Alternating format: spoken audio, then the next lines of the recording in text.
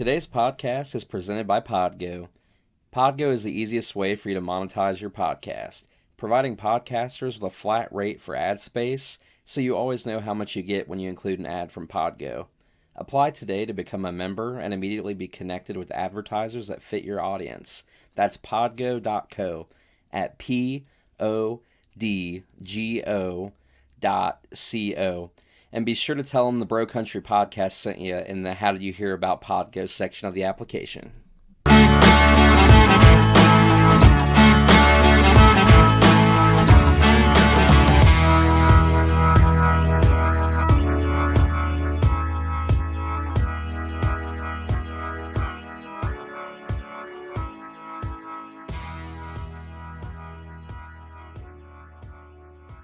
Welcome to the Bro Country Podcast. My name is Joey, and as always, I'm joined by... It's Chris here. How's it going, Joey? Hey, man, it's going good on my end. What about yourself? It's pretty good. Day before Halloween. Ooh, spooky season. We got right. some spooky country music reviews to do tonight. We do. We do. Yeah, I'm excited for this episode. We're going to be covering Bryan's latest album, Born Here, Live Here, Die Here. Chris and I are going to kind of dive into that, give our thoughts on the album, talk a little bit of the chart facts, and just kind of rank the songs like we did for Luke Combs' debut album.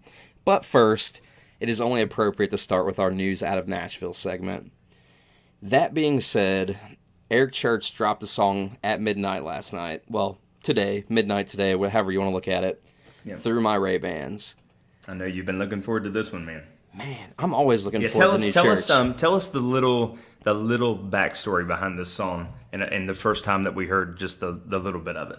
Yeah, so the first time, I don't remember what month it was. It was a few months ago when the COVID thing happened and concerts were getting canceled, and Eric, his social media team, put up a video of him kind of talking, giving like a pep talk almost, like we will roar, we will rage, we will gather again, we'll answer the call, basically, when all this stupid COVID stuff is over, and we'll gather again for live music is essentially the message of the song. Yeah. Of the video, rather, that was hyping up the song. Well, then they played like the last chorus or something, now that I've heard it, like the last chorus, I think, or something, and just talks about the lyrics are, everyone's got their arm around everyone else's shoulders, basically just the insinuating that when you're at a live show, we're all together, not worrying about the war of the world and the outside stresses of the world, and we can just how united everybody is at a concert, and how he's talking about how obviously his view of that and how awesome it is for him to get to see everybody every night united. It's it's a very emotional song, really, and I didn't really know what it was about. I mean, I knew what it was about, but I didn't know the deeper meaning behind it, because the lyrics, everyone's got their arm around everybody else's shoulders, guarding against the world outside like an army of Friday night soldiers. The battle wages tomorrow, but tonight you don't give a damn. I wish you could stay the way I see you through my Ray-Bans. And he dropped it, and made a post. He doesn't do Facebook and all that, but his social media team put a post up today of a 15-second clip of the song, and it was actually a tribute to the Route 91 victims. So once I learned, I don't know how you felt, but once I learned that, it just had an even deeper meaning, Yeah, I mean, Eric is... what was the name of the song that he sang at the Opry to dedicate to the Route 91? Do you remember that clip, Joey? That's an awesome clip too. So he Why Not Me? Why Not Me? I can't remember if Aldean was on the stage in Vegas when the shooting happened. I can't remember. I think Eric was the headliner the night before, right? Is that the story? Yes, that's correct. Yep, that's right. And it's funny because through my Ray-Bans, he says like Friday night soldiers, and I wonder if that was like a little tie-in because he was the headliner Friday night. Yeah, I don't know. Yeah. And he's so a lyrical genius and just ties a story into his words. So I figured that was probably a reflection of I'm sure event. It was. Yeah, I mean. That definitely had a profound effect on all of country music, but definitely on the artists that were there that weekend. Yeah, and I've heard like a bunch of haters have kind of went at Eric, and they're like, "Well, you weren't even there when that happened." I'm like, "Those are still his people, you know. Those are his fans that lost their lives or were traumatized by their loved ones or friends losing their lives." And it doesn't. You don't necessarily have to be there to be affected by something like that. I think that affected everybody, in Oh yeah, absolutely. not even country fans, but just people that go to concerts and go to festivals, and like you just Yeah, I mean, a concert's supposed to be an your escape safe from place. reality. Yeah, Yeah. escape place. And so for something like that to happen, it's jarring for sure. Yeah, but this it was cool because, and I won't drop any names or anything, but one of the fan club members, actually, one of the church choir members, got the release early. And I will say I'm not a paid premium member of the church choir yet, but they sent me a video of it when it dropped yesterday, before it actually released to everybody else. So I thought that was pretty cool, that person did that. And I thought it sounded good then, but then when I actually was able to stream it myself, I was like, damn, this is a good song.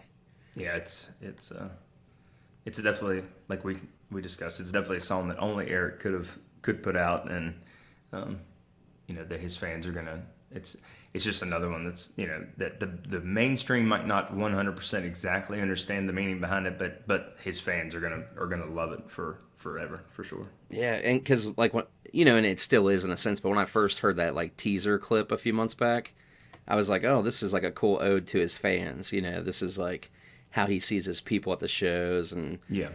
But then when you found out it was about Route 91, I'm like, damn, that's a even deeper meaning. It goes even beyond that. So. Yeah, it's definitely. I mean, it's probably my favorite of the ones that have came out. I mean, Hell of a View is an awesome song, and it just got released to radio. So I'm hoping that it really takes off for him. Yeah. But this is probably my favorite. Absolutely. I've Bad Mother Trucker. I'm not a huge fan of. I'll listen to it. I don't change it, but I don't turn it on necessarily. Yeah, absolutely. But the other ones that he's dropped have been great. But yeah, so everybody definitely go check that out. We'll put links up on all the social medias for it, because it's definitely a song that we're behind.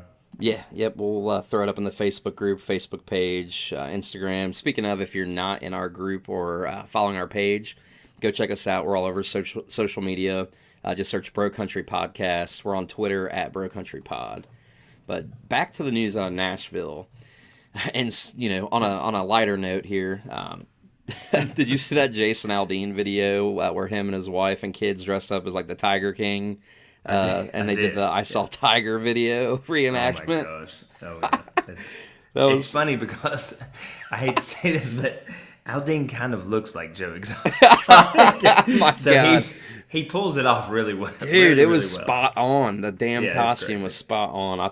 My wife sent me that, and I was cracking up. If you guys haven't seen that, go look at Jason or Brittany Aldean's Instagram or wherever. Yeah, it's on Instagram and Twitter, I think.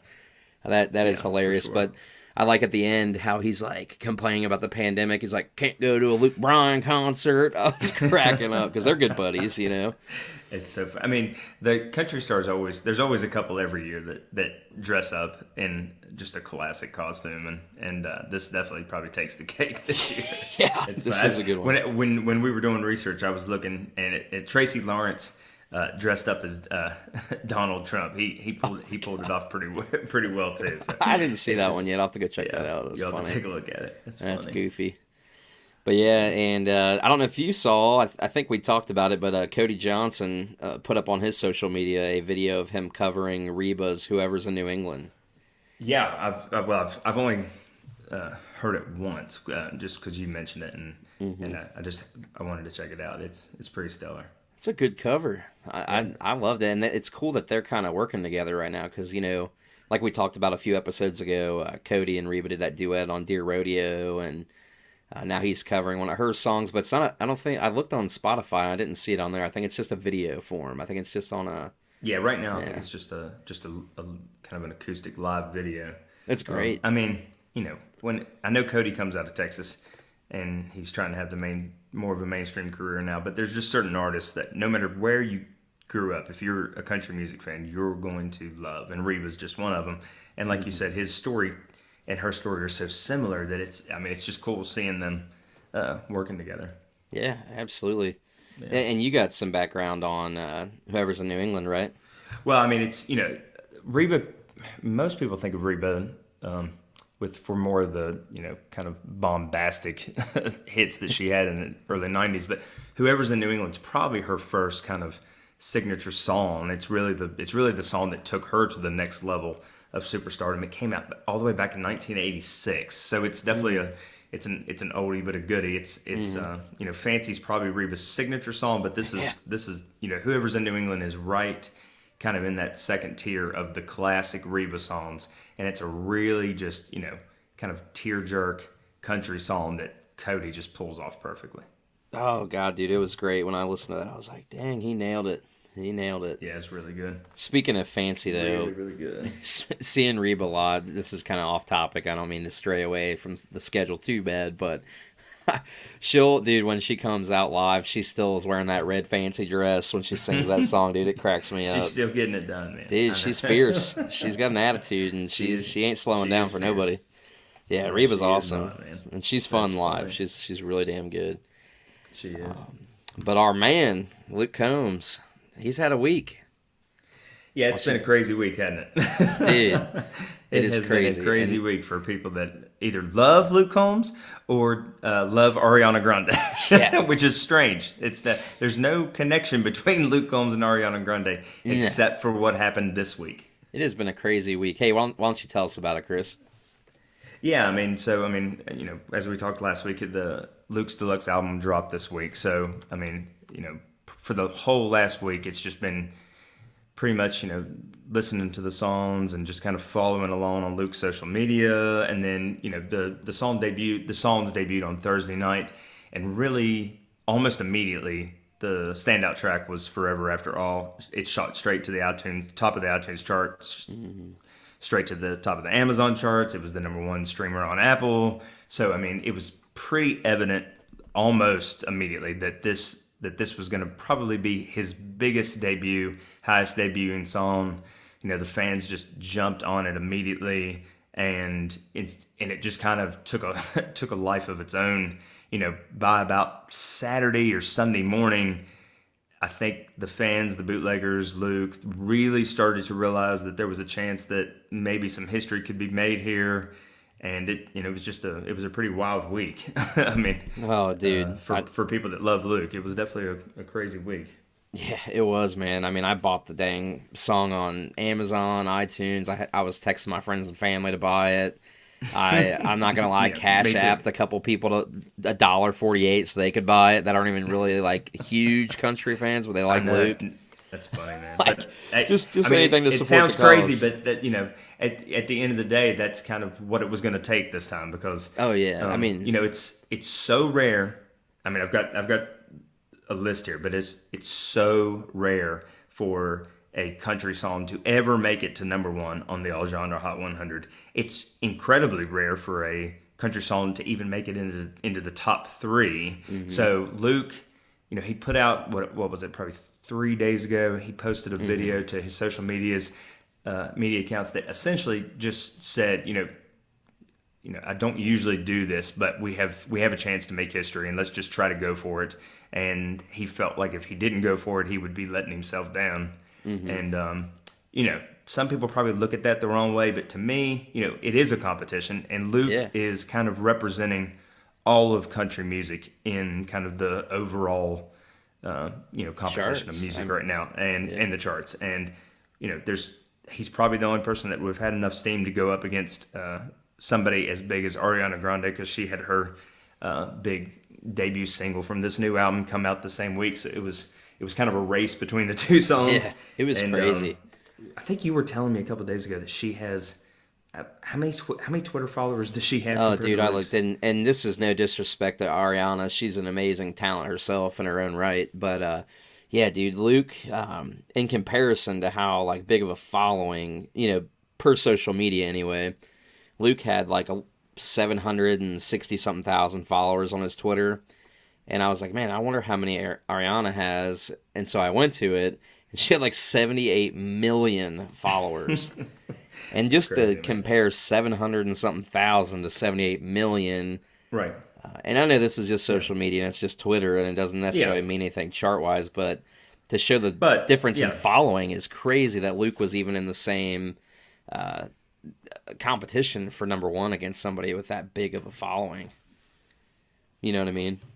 Yeah, absolutely. I mean, so kind of what the history that Luke was going for here was, there's in the history of the Billboard charts, there's never been a song that debuted simultaneously at number one on the Hot 100 and number one at on the Hot Country charts.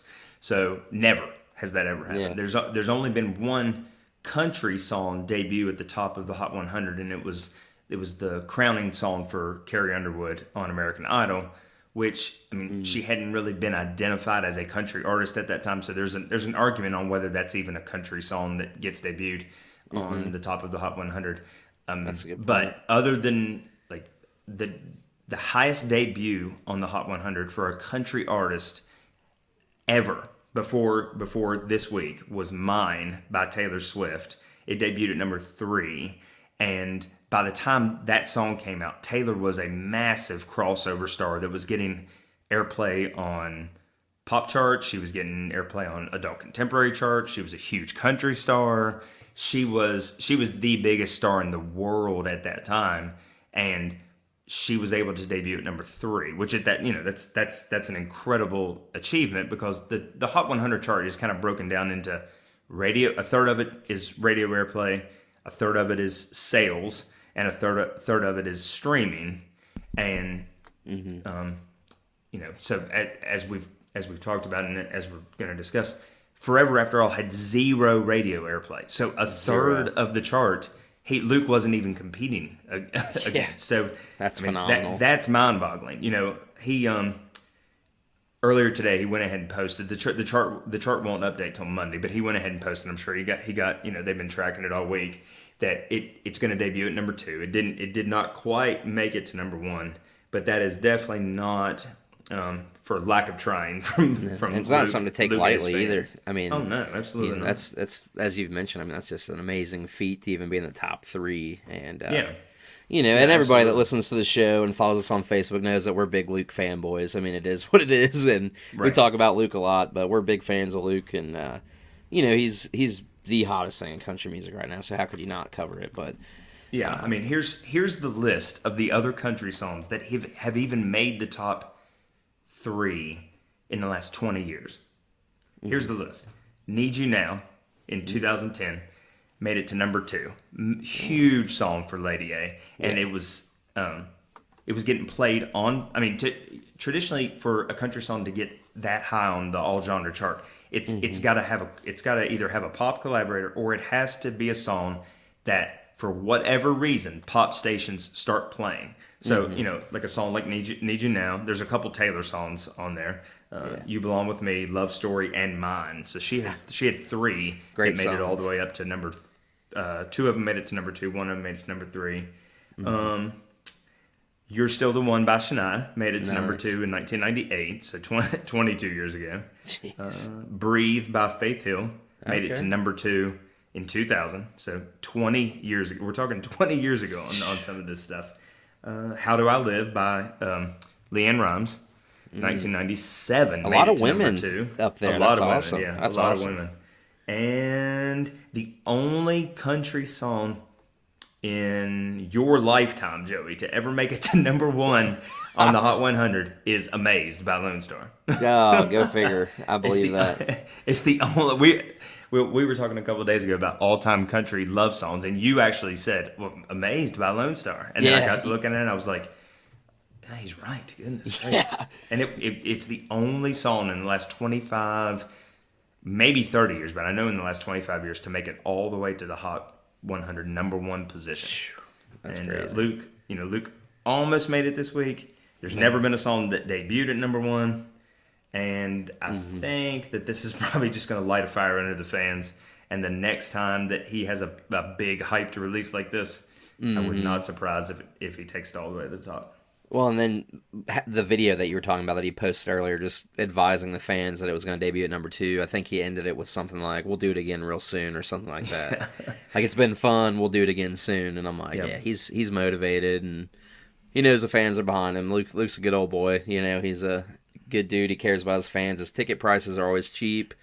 His fan club is free. You can't even buy a meet and greet. You have to win it. I mean, he's all about doing what he can to get back to the fans. And I think it was cool that the bootleggers all rallied together to try to help him achieve history. And it's unfortunate, it's kind of like a gut punch as a fan. You're like, oh yeah, I mean, we all wanted it to happen. yeah, for sure. and you and I both were streaming it. I mean, like I said, I literally was like cash apping my friends that like Luke but don't really love country. Like, hey, go buy this damn song. I'll gift it to you. Like, just go download it. And That's right, that's just how we rally behind him, kind of like he rallies behind his fans. So. Yeah, I mean, kind of.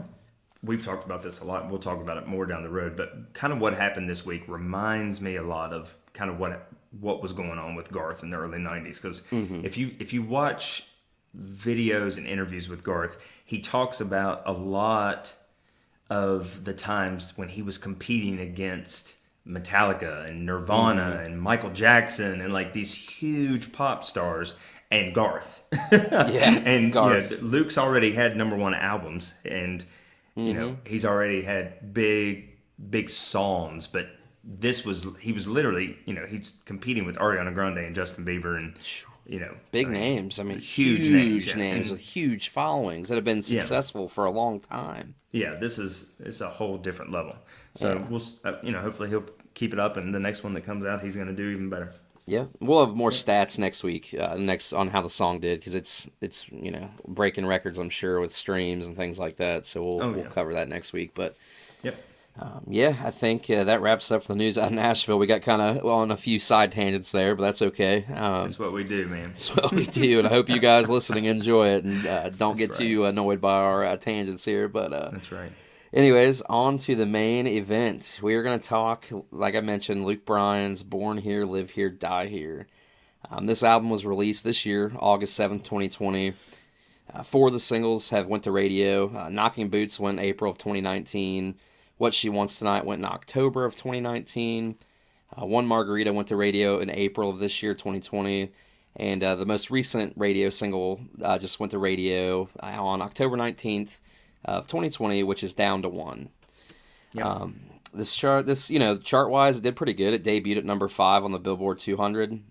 Yep. And number 1 on the top country album charts is where it debuted, which, go figure, it's a Luke Bryan album, right? That's right. I mean, this is, I'm excited to do this because this is probably one of the bigger albums that came out this year that came out right before we started doing this podcast. So we would have definitely covered this probably the first week that it came out. So it's good to dive back into it because Luke Bryan's definitely one of both of our favorites.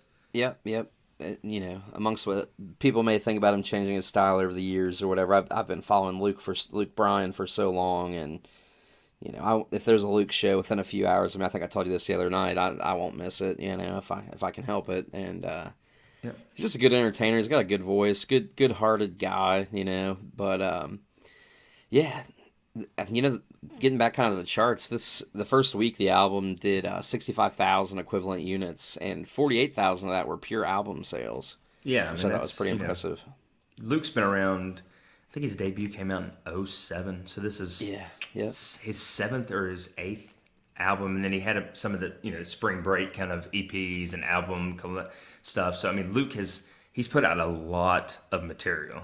Oh yeah, years, which is to me, anytime that a big artist is putting out a lot of material, that shows that they're not relying on other people. Like Luke's probably co-wrote well over half of the stuff that he's put out over the years.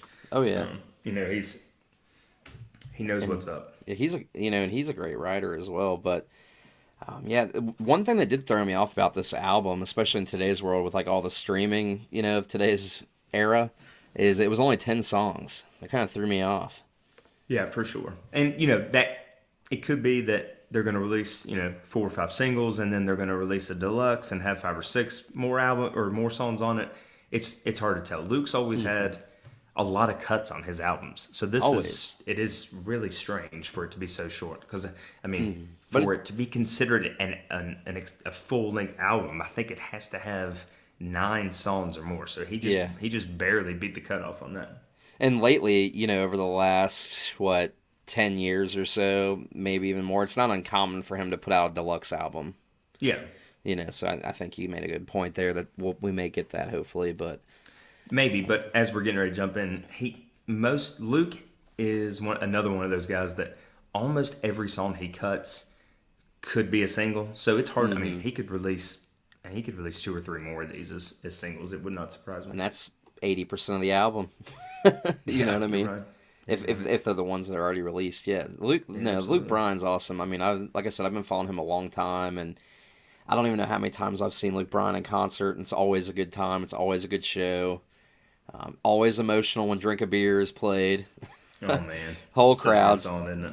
eyes watering. Yeah, oh yeah. I mean, he can go from pouring Miller Lights in the front row to everybody to making 25,000 people cry.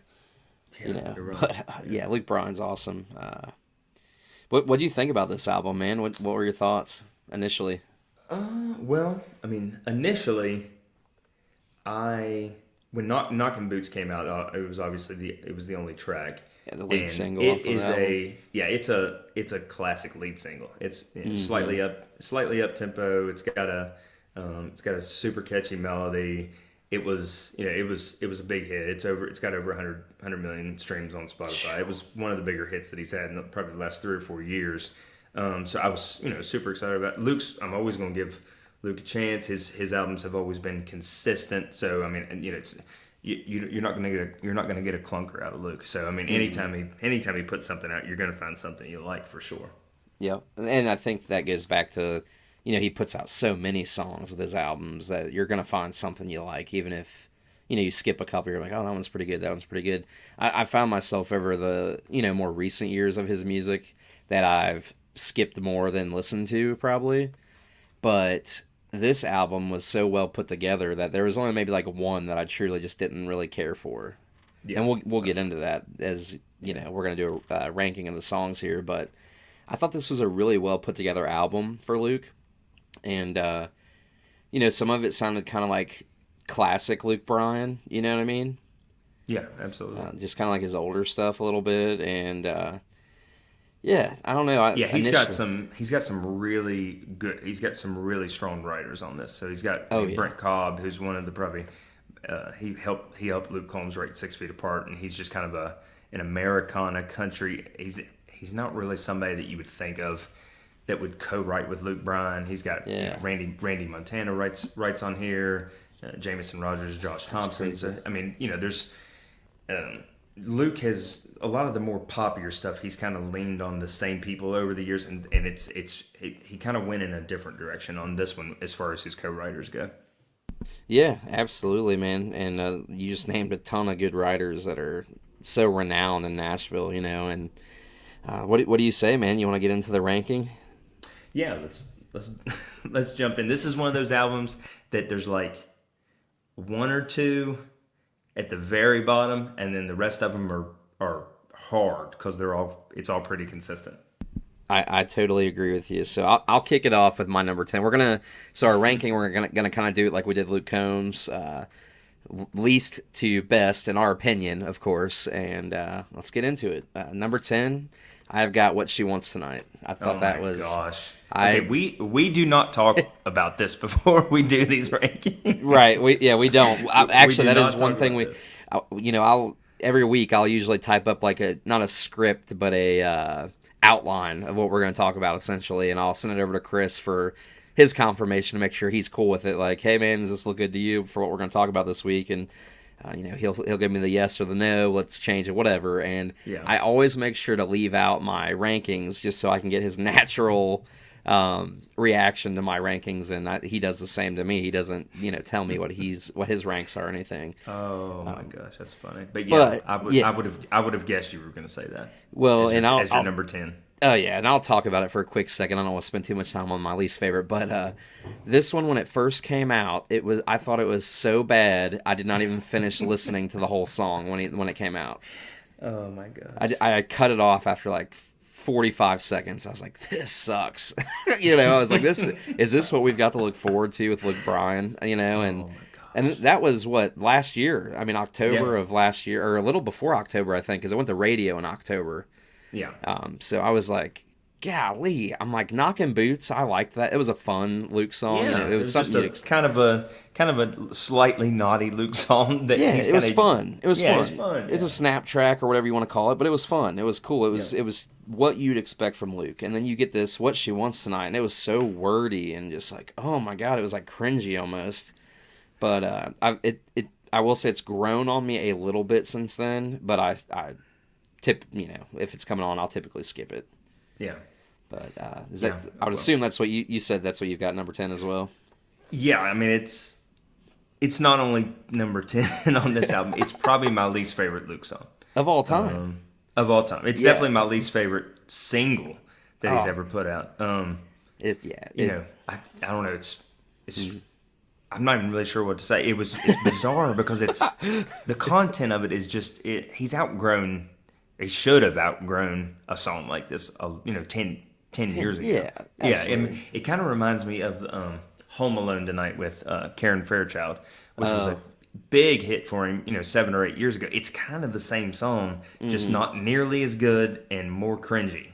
Yeah, it's very cringy. And which, Luke he can have a song like that and move right on, and the fans, it'll fly to number one. Yeah, because it's Luke Bryan. Exactly, yeah. But it's definitely my number 10. Yeah, and we love Luke Bryan, kind of like with all artists that we're going to talk about, even the ones that we don't necessarily love. We don't mean this in a disrespectful manner to the artist. We're just giving our opinions of the music. That's it. That's right. But yeah, number 9. This is another one that kind of I didn't really love. Too Drunk to Drive. Me too, man. No, are you kidding me? I swear. Oh my God. Well, and we have similar tastes too, so That's I mean, funny. I figured our list would kind of round out to be similar because I know you know me, so we have very similar tastes in music. But That's funny. so number 9 is Too Drunk to Drive for both of us. Yep. Okay, cool. Maybe this will be where it kind of gets interesting. It might. Hopefully, number 8, I've got One Margarita. Okay. I mean, it's low on the list, but I don't think you hate that song, right? I mean, No. What do you think? It's fun, kind of like Knockin' Boots. It's really fun, beachy theme. I listen to it. I'll turn it up. I love it. I love. That's kind of what I was saying. It's awesome live. Like it'll be a concert jam. Yeah, it will be awesome. Everybody will have the drinks in the air on that one. Oh, absolutely. And kind of going back to what I was saying a few minutes ago, there was only like one song on this album that I'm like, ugh. All the other ones I'm like, okay, it's pretty good. I thought it was a very well put together album for Luke, being only 10 songs. But I don't dislike One Margarita. Going forward, I don't really dislike any of these songs. I just had to put them somewhere. I agree. But yeah, I had one Margarita at 8. At number 8, and like you said, from here on, I like all these songs. But at number 8, I'm gonna put Down to One. I'm gonna put it at number, just pretty much because I like it. It's a good song. Yeah. But it is very 2010, 2011, like Jason Aldean-ish. Sure. And it's kind of a generic song, and I just didn't think it was the right choice for the next single. As we'll get to some of these other songs that I absolutely love. It was, it's going to be a big hit for him. I'm sure it'll go to number 1. I like it. I don't skip it. It's just there's nothing memorable to it, and I didn't want it to be the next single. So that's why I wanted to put it down at 8. Fair enough. Yeah, fair enough. What else you got? Number 7. Number 7, man. You're gonna probably hate me. I got Knockin' Boots. No, man, I get it, man. It was super overplayed too, and it's super like kind of a little childish, but it's just fun. I don't know. It's a fun one. one. For some reason. Yeah. My wife loves that song, Knockin' Boots. She still like cranks it up whenever it comes on, and she'll she loves Luke, right? Oh, dude, you think I love Luke Bryan, man? She is like obsessed. She's loved him since before we even knew who each other were, and yeah, she loves Luke Bryan. That's her man. Cool. She loves him, But Knockin' Boots though, when that first came out, even if we're listening to the radio, which we don't do often, because Spotify and it's 2020. But anytime we would come on the radio randomly, if we weren't streaming or if we were streaming, she would and if we were just having a conversation, she would just crank it up super loud when it first came out and just scream the words. I'm like, oh my gosh, which is a fun memory, but it's like, man, I just heard that so many times. Yeah, that makes sense. Yeah. What do you got? Number 7, I have Where Are We Going? Okay. Yeah. Okay. It's good. It's a good track. Luke wrote that one with Brent Cobb. It's it's a back end. It's the number 9 song. So it's I don't want to say it's filler, but it's it's like I said, it's a good song. Just didn't stick out to me as one of the top songs on the record. Sure. No, that's fair because I mean I put it at number 6. There you go. Rolling into There you number go. 6 here. Where are we going? That's what I've got. Okay. Similar reasoning. So yeah. What do you got at 6? I've got One Margarita at 6. Okay. So it's only a couple spots higher than where I had it. Yeah, I mean it's so goofy. It's in the video. He's The video is around. funny, dude. He's so goofy, but I mean, other than Kenny Chesney, if somebody's gonna sing a beach song and make it sound authentic, it's gonna be Luke Bryan. So he pulls it off. All those Spring Break albums. He name drops. Who's he name drop? Buffett, Marley, and Kenny Chesney at the very end. Yeah. It's funny. Which was fun. Yeah, it's a good, like I said, I don't hate it. It's fun. Yep. Did good at radio. People love it. Oh, It's yeah. Good. Yeah. Good. I would say beachy party jam. Yeah, Knockin' Boots has been out longer, so it's got more streams. But I would say long term that One Margarita is probably the biggest hit off this record. I would think. Yeah. Oh yeah, I agree with you. Yeah. Number 5, I've got Born Here, Live Here, Die Here. Man, You do we are in step today. This is awesome.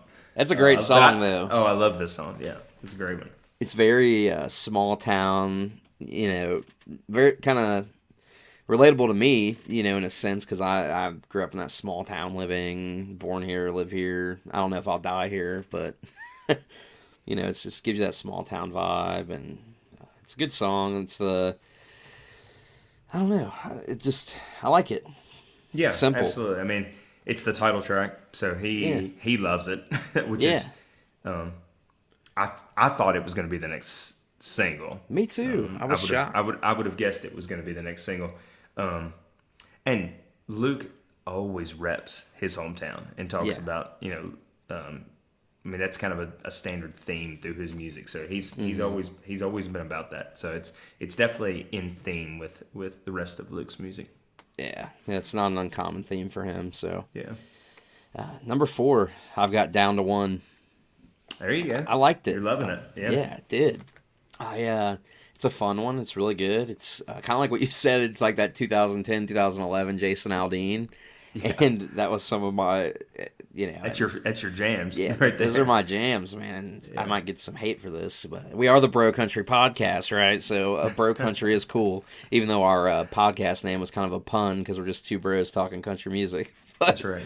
No, but we also love bro country. Yeah, no hate. We have no hate in our hearts. I love Luke Bryan, Tyler Childers, Zach Bryan, Jason Aldean, Cody Jinks. I feel like we both have a very wide array of music that we like and we appreciate, and some that we don't like, and some that we don't care to listen to. Yep, absolutely, man. But yeah, what about you, man? What's the number 4? I have little less broken.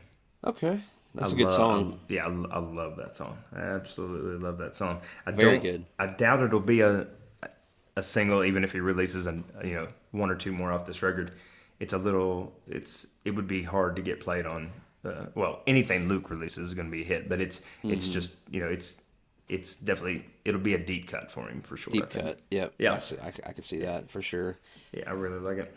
And we're gonna round out our top 3. Yeah, okay, and I think that we probably have similar top 3s because I know the two that a couple of the 2 of my top 3 you haven't said yet either. So. That's right. Top 3, rounding it out here at number 3, I've got Little Less Broken. There you go. Love that song, and like you mentioned, I think it's going to be down the road. It's going to be a deep cut, hidden gem that people kind of have to go back through his catalog to find, and it's probably not going to be released as a single. It'd be cool, but like you mentioned, and we've said a couple times tonight, anything Luke Bryan puts out is going to fly up the charts eventually. But yep, I agree. That's my number 3. Song.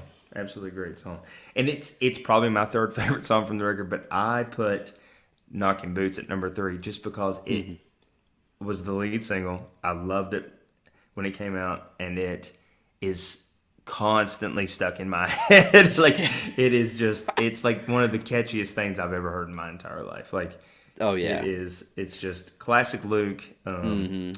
Big old smash. Somebody like Luke is just. He has these. he's constantly having number ones. I mean, pretty much whatever.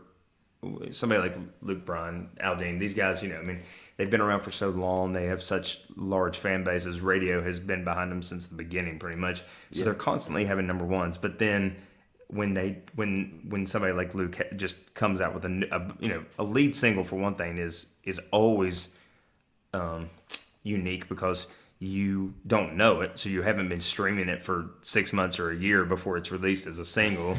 And so something like that comes out, and it's just cool seeing what that next era of somebody's career is going to be. And it's just a fun jammer. It's nothing amazing, nothing profound or special, but it's just a song fun. that I'm always going to like. Yeah, just fun. Yeah, I'm with you. I feel like I kind of didn't give it enough cred on my list, but I don't, like we mentioned, I think it might be just. Hey, you said Candace liked it.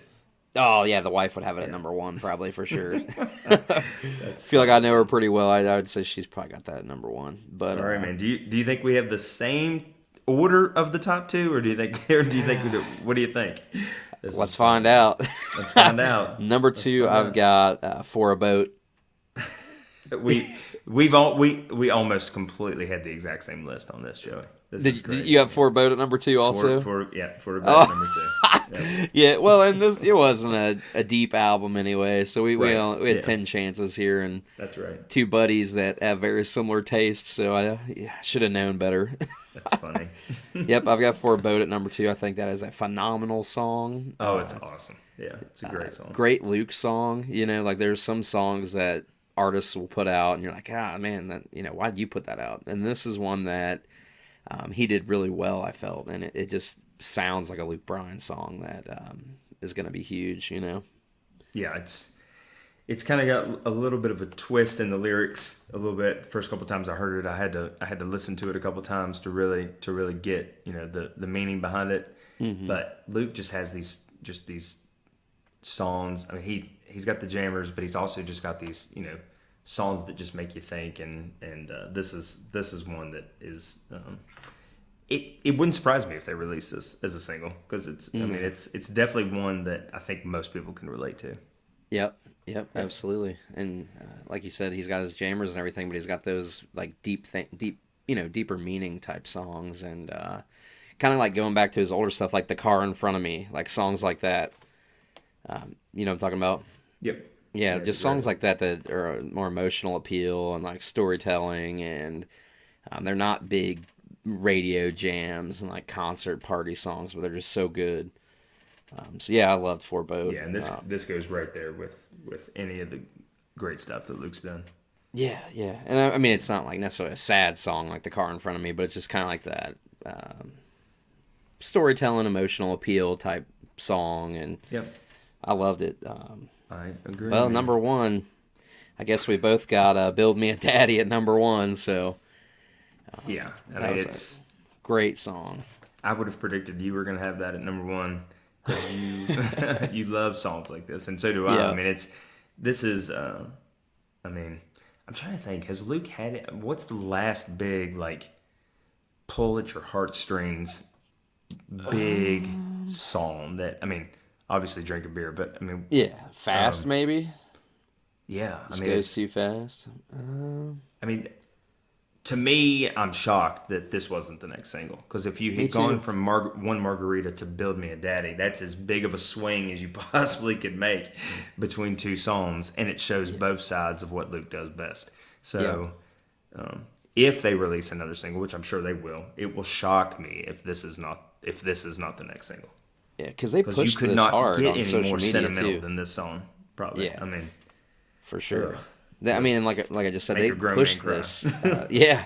They it's about the little boy walking by the toy store that goes in and asks the owner, you can build anything. Could you build me a daddy? Make him strong as Superman, and et cetera, et cetera, et cetera. Just a little boy that didn't have his dad, lost his father, and is going into the shop owner just asking him to make him a daddy, and it's just like so sad, and like you mentioned, I'm a sucker for these sad songs. I think I said last week I think when we were talking about Hell of a View by Chief that I'm not a huge sucker for the love songs, I'm more of like the heartbreak sad song kind of guy, and Yeah, this was deep, man. When I first heard it, I'm like, ooh. And when I first read the title, I was kind of like, ooh, like, what is this about? What's this going to be about? And then when I heard it, I'm like, holy crap. Yeah, it's definitely the standout track for me. Yeah, I would be absolutely dumbfounded if it is not the next single. Yeah, I agree. I think it'd be huge for Luke. I think it'll do well. So there's our top 10. Yep. So just as an overview, what do you think of the album as a whole, Joey? If you were going to rate it out of 5 stars. 5 stars. I think it's a solid Luke album. I don't know if it's my favorite Luke album. Maybe not even like a top 2 Luke album. I'd probably give it a 3 out of 5. Strong 3. Yeah, that's 3.5. I'd be right in that range. I mean, it's long term. It's probably not going to be a record that I go back to and listen to from start to finish all the time. But there's definitely going to be tracks on this record that I'll go back to constantly. So, it's got a good other than What She Wants Tonight. It has a great production sound to it. Yeah, that song just is so like out of left field compared to the rest of this record. Like, it doesn't make sense that it was put out with this album to me. No, it just didn't make doesn't. any sense, and No, it doesn't. I think it's one that'll definitely be forgotten long term. Yeah, I mean, especially with everything that's going on this year, it would not surprise me if it never gets played in concert. If it's a number one that literally just kind of disappears and we never hear from it again, because you don't hear his fans don't talk about it. It barely made it to number one. After it reached number one, it disappeared from radio. So it's not. It's definitely. I don't think you and I are the only ones that have the same opinion on this song. No, I don't either. And like you said, it disappeared at radio. Again, I don't listen to the radio all the time, but sometimes I will just see what they're playing. And I haven't heard it since it was pushed as the single. Yeah. But yeah, definitely forgettable. Overall, though, strong 3 out of 5 for sure. Yeah, absolutely. It's always good to get new Luke Bryan. Exactly. Yeah, and the next time we get more Luke Bryan music, we're gonna be talking about it because we love Luke. We do. We love both Lukes, man. It's crazy. That's right. It's Luke Bryan, Luke Combs kind of fandom we've got going on between us. Right. But we like other stuff too. But those are two of our top guys in the current era. But yeah, man. All right, man. Solid got anything review. else for us? No, I'm good, man. You got anything? Nope. I think we're good. All right, guys. Well, thank you so much for tuning in to episode 5 of the Bro Country Podcast. If you are not already in our Facebook group, please go join that. We have so much fun in there. Chris and I post the music that we talk about on the show, and we also post about up-and-coming artists. So go check that out. Like our Facebook page as well to stay up to date on future content. And I hope you guys have a happy Halloween. Enjoy your spooky season. I'll go ahead and plug my other show here. If you guys are big horror fans at all, by any random off chance, I do have another podcast called Midwest Horror Co. Go check that out. I'd really appreciate that. My other co-host, Christian, and I, we have a really good community on Facebook as well, so we have fun with that. But that is all I've got. Until next time, keep it country and take care of each other.